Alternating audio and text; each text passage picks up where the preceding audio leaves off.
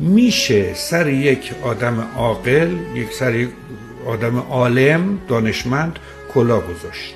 سر یک آدم عاقل کلاه گذاشت.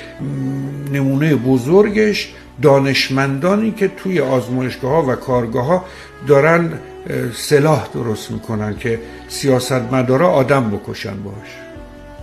از یه شیمیدان میپرسی که این چه کاری تو داری میکنی؟ بمب درست میکنی.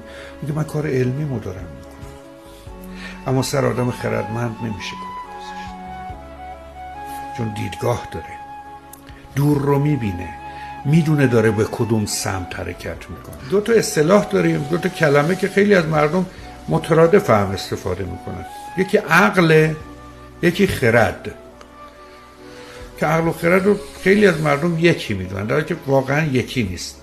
عقل در واقع عقل جزویه اصطلاحاً. عقل جزئی نگر معاشه، یعنی شما با عقل جلو پاتون رو خیلی دقیق میبینید. عقل در گسترشش خیلی به نهایت برسه به علم منجر میشه. این آدمی که از عقلش استفاده میکنه میتونه عالم بشه.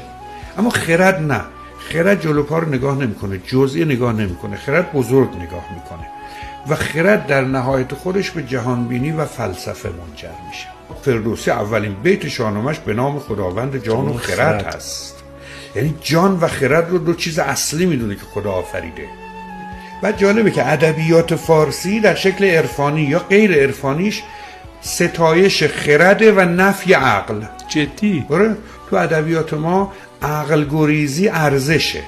میگه راز درون پرده ز رندان مست پرس، که این حال نیست زاهد عالی مقام. حافظ میگه یعنی اون که مسته میفهمه.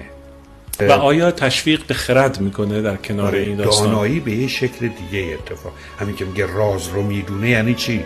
یه دانایی در وجودشه. خرد به دانایی منجر میشه دیگه.